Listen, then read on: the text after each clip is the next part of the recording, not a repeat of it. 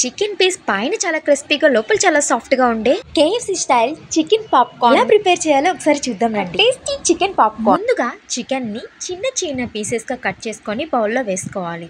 అందులో కొంచెం సాల్ట్ వేసుకోవాలి, pepper powder, garlic powder, oregano, chilli powder, వెనిగర్కి బదులుగా నేను లెమన్ జ్యూస్ వాడుతున్నాను, ginger garlic paste, soya sauce, కొంచెం మిల్క్, ఇవంతా బాగా మిక్స్ చేసుకోవాలి.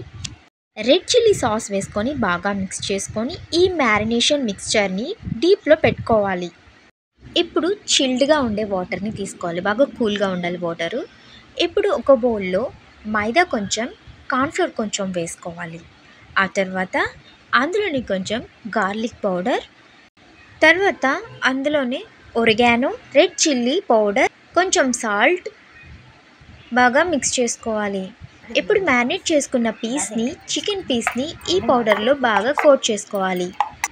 ఆ తర్వాత ఈ పీస్ని తీసుకెళ్ళి చిల్డ్ వాటర్లో కాసేపు ఉంచి దాన్ని తీసి మళ్ళీ అదే పౌడర్లో మరి కాసేపు కోట్ చేసుకొని ఒక ప్లేట్లో తీసి పెట్టుకోవాలి.